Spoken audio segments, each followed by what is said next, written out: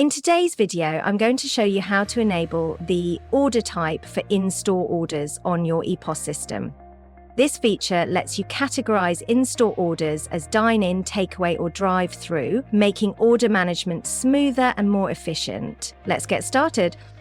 First, click on Settings in your EPOS system. Click on Settings again, then select Store Settings. Now, let's enable the order type for in-store orders.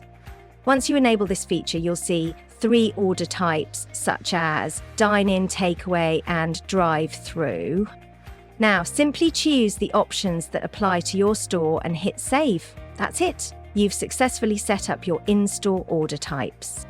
Now, let's see how this works in real time. Click on the basket icon, select in-store as your order type. You'll now see the 3 order options available. Dine-in for customers dining at the restaurant, takeaway for customers picking up their order, and drive-through for customers receiving their order from their vehicle. Simply choose the correct order type based on your customer's preference and proceed with the order. Enabling order type for in-store orders offers several benefits such as faster order processing, better customer experience, and improved reporting and insights.